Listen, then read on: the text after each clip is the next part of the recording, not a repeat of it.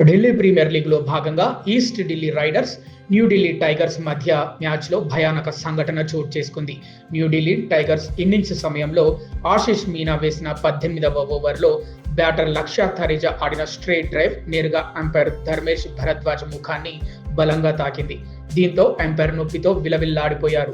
అదే సమయంలో తాను కొట్టిన బంతి అంపైర్‌కు బలంగా తాకడంతో లక్ష్య థరిజా బాధను వ్యక్తం చేశాడు.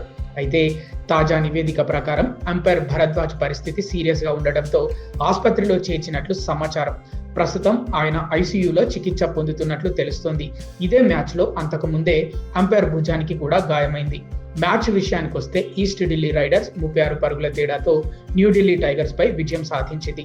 తొలుత బ్యాటింగ్ చేసిన ఈస్ట్ ఢిల్లీ రైడర్స్ 20 ఓవర్లలో 7 వికెట్ల నష్టానికి 192 పరుగులు చేసింది. మయాంక్ రావత్ 40 పరుగులతో టాప్ స్కోరర్గా నిలవగా వాన్స్ మెహ్రా 35, అర్పిత్ రాణా 33తో రాణించారు. న్యూఢిల్లీ టైగర్స్ బౌలర్లలో రిషబ్ శర్మ 3 వికెట్లు తీయగా లక్ష్మణ్ 2 వికెట్లు పడగొట్టాడు. అనంతరం లక్ష్య ఛేదనలో న్యూఢిల్లీ టైగర్స్ 19.2 ఓవర్లలో 156 పరుగులకు ఆలౌట్ అయింది.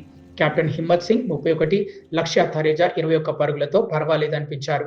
ఈస్ట్ ఢిల్లీ బౌలర్లలో ఆశిష్ మీనా, మయాంక్ యాదవ్లు చెరో 3 వికెట్లు పడగొట్టారు.